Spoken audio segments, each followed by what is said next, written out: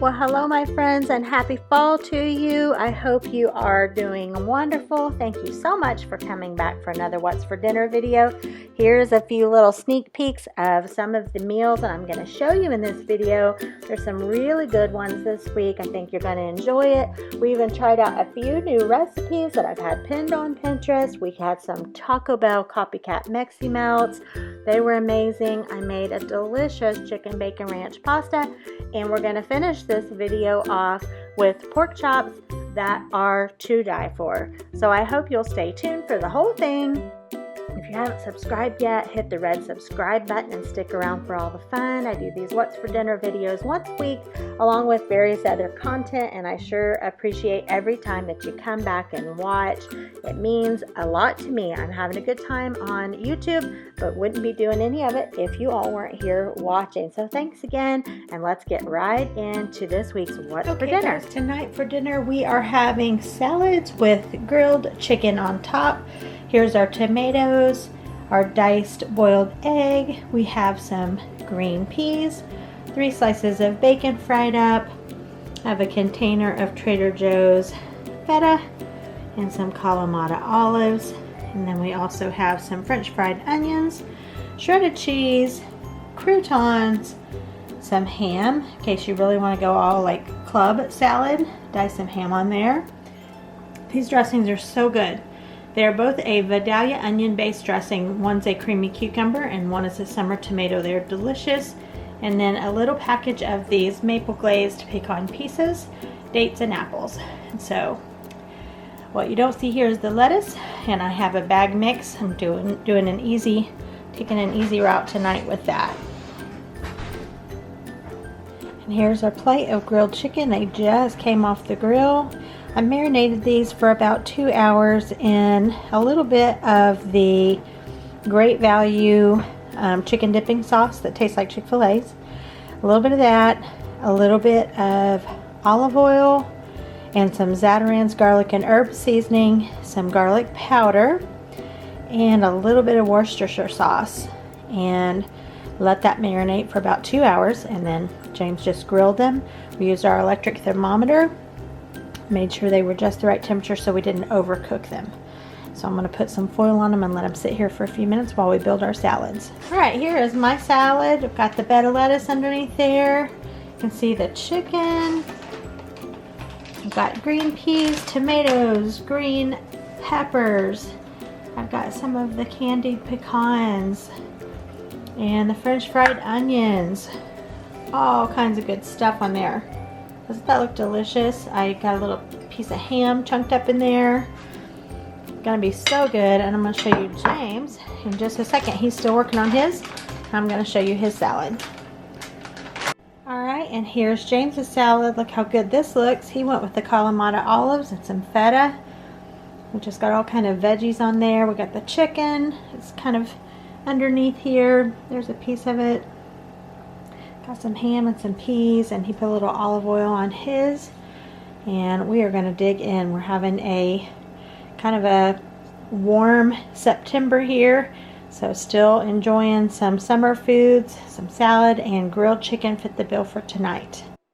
Well, hello guys, and here is what we're having tonight. I am using some of the beautiful grilled chicken that we had left from last night. I've just stored that in the refrigerator, pulled it out now, and I'm putting together a chicken bacon ranch pasta. I've had this before. My sister-in-law makes one that is divine. She makes it in the crock pot. I'm going to make a little bit of a different version of it tonight. Of course, the recipe will be linked below. So here are the ingredients that you need. I am going to just go ahead and get my bacon frying. My bacon has drained on a paper towel, and now I have it all diced up and ready to roll. And in those bacon drippings, I have put my diced chicken so it can just be warmed through and take on some delicious flavor. I'm going to make some garlic bread using the parsley, the garlic powder, and the garlic salt and pepper. This is just some bread that I had left in a loaf. I've buttered it up. I'm going to bake that in the oven. And now my pasta is in the water, coming up to a boil. And here's my chicken all finished. and my bread is ready to go in the oven. And so yeah, I thought I'd show you here my little vignette that I put together with my cutting boards. This copper tray sits on my stove all the time, but I pull it off when my oven is going. It's my little salt box and my little salt and pepper. It's so nice to have these touches of fall around the kitchen. It makes it so much more pleasant when you're cooking. So yeah, you can see everything is coming together here. I have my dry ranch on top of my bacon and chicken there, and now I've mixed in my sauce.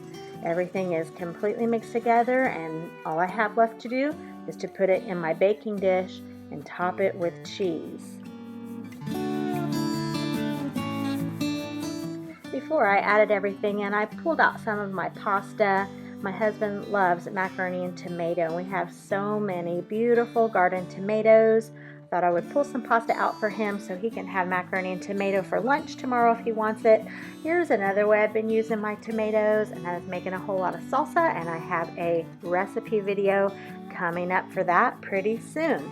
So back to the chicken bacon ranch pasta. Here it is out of the oven. I had just topped it with some shredded cheddar and some shredded mozzarella. This was so delicious. The only fault I found in it was a little salty. I didn't add any salt, but with the combination of the bacon, the dry ranch, and the cheese, it was just a hair saltier than what I liked, but I'm telling you, it was so delicious. There's our garlic bread. And so yeah, I'll definitely make this one again. I just may cut back to a half a package of ranch, possibly. I'm not sure.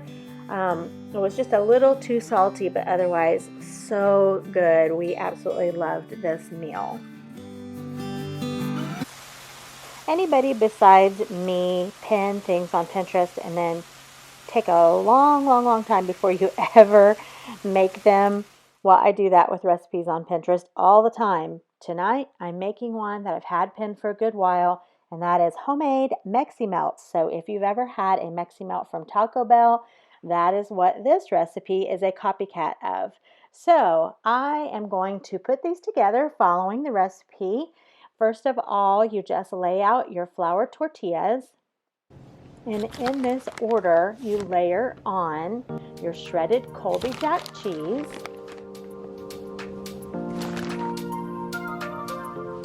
and next, you layer on your taco seasoned ground beef that you have fried up. You put a layer of that on. The next layer is the shredded pepper jack cheese, and you want to be generous with your cheese. Meximelts are pretty cheesy, and then you top it with a little bit of pico, as much as or as little as you like. You fold them up, and you microwave them for 2 minutes in a damp paper towel.